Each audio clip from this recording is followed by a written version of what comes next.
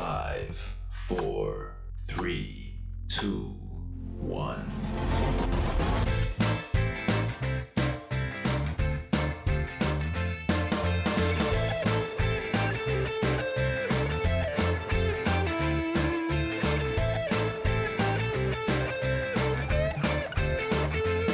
Hello and welcome to TrojanVision's The Week That Was, covering the news and events for the week ending Friday, March 19th, 2021. I'm your host, Aaron Taylor.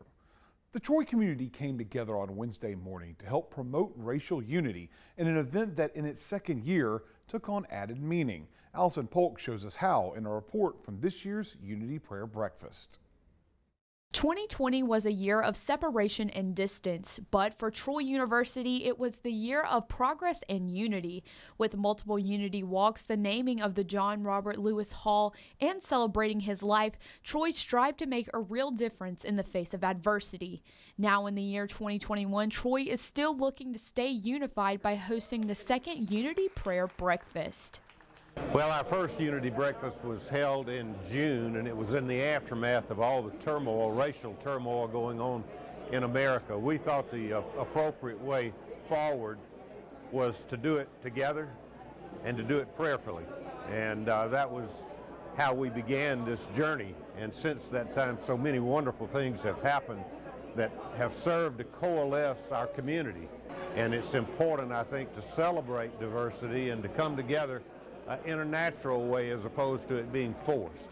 And that's what's happened at Troy University. Most of us have more things in common than we do differences. And we just have to have and build authentic relationships through conversations and just including everybody in the conversations and the topics that we discuss on a daily basis. One of the many presentations of this year's Unity Prayer Breakfast was the renaming of the Trojan Center Ballroom after Troy University's first African-American SGA president and Board of Trustees member, Lamar Higgins.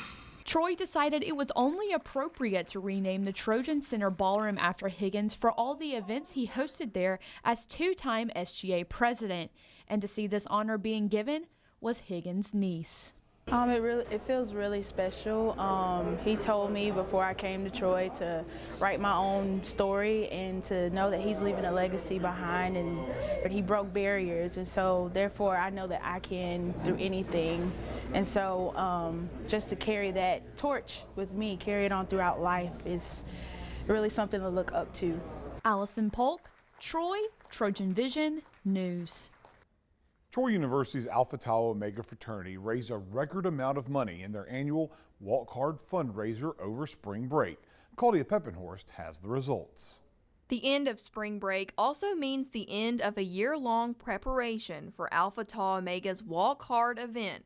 The 128.3-mile trek to Panama City Beach ended Wednesday with the walkers arriving in Pier Park. Walk Hard allows the Brothers of ATO to raise money for their chosen philanthropy, and they did just that. This year for Walk Hard, we were able to get all 36 of our walkers down to the beach from a successful 128.3-mile walk, and it culminated in us raising $90,000 for Jeep Sullivan's Outdoor Adventures. With the ongoing COVID-19 pandemic, the walkers had lowered their fundraising goals for this year, but with hard work, they exceeded their goal and set the record for the most money Walk Hard has ever raised. We kind of came into this year really hoping for $60,000. I had a phone call earlier in the fall that this was really about, hey, just don't expect to raise a check higher than $40,000. COVID has really taken a toll on the economy. $40,000 is just a really good number to shoot for. And so for us to have kind of come out of the other side and doubled that and then some, it's a huge blessing. I really just couldn't be more excited about it. With the new record set at $90,000, ATO is looking forward to the future of Walk Hard and hopefully exceeding that record once again. So the record that we kind of surpassed was $72,000 in 2019. So we lapped it around a couple good times. So I'm really excited about that. It was a really big milestone for our chapter and just seeing the growth of Walk Hard. So I'm really excited to see kind of where it takes off from here. I think it was a really good step in the right direction to see maybe numbers soon that'll be 6 digits. So all of the money raised will go to Jeep Sullivan's Outdoor Adventures for Wounded Veterans. The organization gives veterans the opportunity to connect with a group of people and experience the great outdoors on their trip. I always say the fun begins now because we get to see kind of the fruits of our labor throughout the year. with how that money is spent. So that'll be different trips and different equipment that is necessary for those trips to make those veterans kind of have the best experience possible with Jeep and to kind of aid in that rehabilitation. Claudia Peppenhorst, Troy, TrojanVision News. The Trojan women's basketball team will play its first game of the NCAA Tournament Monday night in San Antonio. There's been a lot of excitement building up to the team's return to the big dance. Deandra Larkin gives us a look. There's plenty more where that came from. The Trojans are heading off to San Antonio, Texas to prepare for the NCAA Tournament. But first, they got a little game of entertainment. I knew when they called Troy, it was going to be a different story, and it really was. Everybody was out of their seat, dancing and clapping and just joyful. To see that in the team makes a lot of things really worth it. Just the joy that the team is getting to experience. You know, it feels great. We're so proud to have that power tee up there in the group of the 64 that will be at the tournament. Even though it's Jasmine Robinson's last year, knowing that it may be a hard matchup against Texas A&M, says continuing to be locked in and the execution is the key. Everybody's locked in. We're bought into the game plan, and we're just ready for whatever the coaches have for us. We knew any game that we were it was going to be tough. But definitely, I know they're big on size. They're definitely big on size in their guard play. But one of the most important things is that we can control what we can control. Just do the things that we do, and it'll help us. They count us out before the game even gets tipped off. So definitely, we're going in here head first. We're strong. These girls shoes up the same way we do. We're just going out ready to play. Taking a look back, senior Alexis Dye says being a part of this team is what makes heading to the tournament all the more memorable. Because we worked so hard to get back to where we were supposed to go. And, you know, it just makes us proud of ourselves knowing that we put in the hard work and dedication to get back to where we were. Personally, I just feel like everyone should bring that A game. Everyone should bring that A game and leave it on the court. She don't want us to regret anything. Like, she wants us to just play our all, like every single day. Once you know you're gonna give your all in something, like you'll go back and regret it. And she really don't want us regretting anything. So. On that seating, it looks like we're the underdog. But what they might not know is that Troy Trojans are best when they're underdogs, right? That's what we might. Deandra Larkin, Troy, TrojanVision Sports. There's images of walks taken during last year's quarantine are on display in the International Arts Center. We'll learn more about the exhibit in this week's Trojan Talk. Hello and welcome to Trojan Talk. I'm your host, Aaron Taylor. With me today is Micah Mermillion.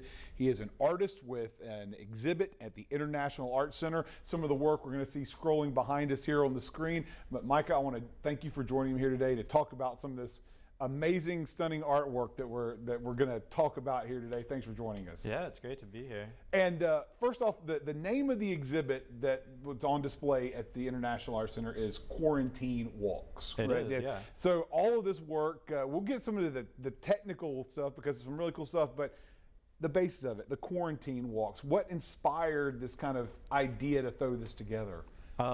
So well before quarantines, I always enjoyed going on walks, usually around my neighborhood. And I know whenever quarantine first hit and, you know, everyone was told to stay home and stay in place, for probably that first 2 weeks or so, I was kind of a little bit lost. I think most people probably were. Didn't really know what to do, couldn't go to work anymore, couldn't go to school, couldn't go to my studio space. Felt a little bit lost, felt like I was floundering a little bit. And eventually I started going on walks again, and it was great. Gave me some exercise, got me out of the house. They told everyone it was safe to do that, so I felt pretty good about it. And while I was out on these walks, I started noticing changes in my community. And it was also springtime then, so sometimes it would be good things like flowers blooming, or I would discover a new place that I'd never been to before. Some of it's a little bit more, I guess, negative, but you got to take the good with the bad. Yeah. And it's a photography exhibition, but it's, as we can see behind us here, it's images put together in kind of like this patchwork, like kind of quilt image. So this seems like it takes a lot to get all these various images together to form this one larger image. Some of them do take quite a while to put together. I like to kind of think of it as making almost a mini documentary of each scene, where each image is almost like its own little still. And honestly, the way that I create these images is probably pretty similar to just kind of panning a camera and like zooming in and out of a scene. And this is done by a single camera. Each of these images, you're taking an individual picture. This isn't like some Photoshop creation where you're splitting it all up. It literally is like each of these are their own image. I shoot with a Fuji Instax Neo 90. So it's literally you just hit a button and that's the picture that pops out. It's similar to the old Polaroid pictures that come out of there. And so that's where you see the framing on each of these. That's the framing of the image as it comes out of the camera. As it comes out of the camera. And is there any kind of science or math behind how these images go together, or is it just kind of done? So when I first started putting these together, absolutely. I had it like gridded out and was being very formulaic and mathematic about it. And honestly, it just didn't work. So I had to kind of rethink the approach, throw all that out the window. And I just shoot pretty much all of these from the hip now. I just kind of make them in the moment. And in some of the images, and we're showing here, but even when we'll see it in the IAC, you'll see that they're not all perfect. That the images don't match up perfectly, and that comes from that shooting of the hip. But it makes for an interesting angle of how you're looking at things there. Yeah, I absolutely embrace that. I like to call the style Instax cubism. So I like to kind of move around in the scene, catch things from different angles. And yeah, like you were saying, just kind of breaking up the usual, image as you would see it. And one of the ones, I'll say one of the ones we're seeing here that comes up behind us is a grocery store. Yeah. And talking about quarantine, grocery stores were the focus of quarantine life. Those people in the shots, like you've got different people in there. How long did it take you to get all that? And is it the same people in all the shots? So that one actually took a little bit more time than the other ones to put together, because I was also trying to be mindful of the people that were in the shots. So every time I would take a picture, like a flash would go off, or just something where it made it obvious that there was somebody in the corner taking pictures of you while you were already stressed out trying to shop. So I was definitely trying to be mindful of that and kind of spread out how fast I would shoot it. So there was definitely a lot more time that passed in that image. Usually an image that size would maybe take me at most like 15-20 minutes to put together. That one probably was closer to 45 minutes to an hour, because I would just kind of take a picture or two, tuck it away really quick, and then wait, kind of let the scene settle back down a little bit, not freak anyone out too much. Well, and a grocery store, talking about quarantine, was there any kind of gear towards, I'm going to do some things themed to the quarantine, or was it just part of your natural everyday life that you were capturing there? It was a little bit of both. There were definitely images like that where it was a little bit more, I went in knowing, this is what I was going to take pictures of. But there was also some that were kind of like happy surprises. I wanted all of them to definitely have a kind of slice of life feel though. And I wanted all of them to be, I guess, relatable to other people that were going through the same experience. Well, folks have a chance to check out the experience and its full exhibit at the IAC through April 15th. Micah, I want to thank you for joining us here today to give us a little explanation of this very intricate artwork and art display here. Thanks for joining us. Yeah, and thanks for having me. Good luck taking some more pictures. Yeah, I absolutely will. Yeah, thank you. It was an honor being here. All right, and thank you for joining us on today's edition of Trojan Talk. And that's the week that was. To find out what's happening on a daily basis, you can tune in to Troy TrojanVision News at 5, 6:30, and 10:30, Monday through Friday, or visit us anytime on the new TrojanVision blog at today.troy.edu/TrojanVision. Until next week, have a good week.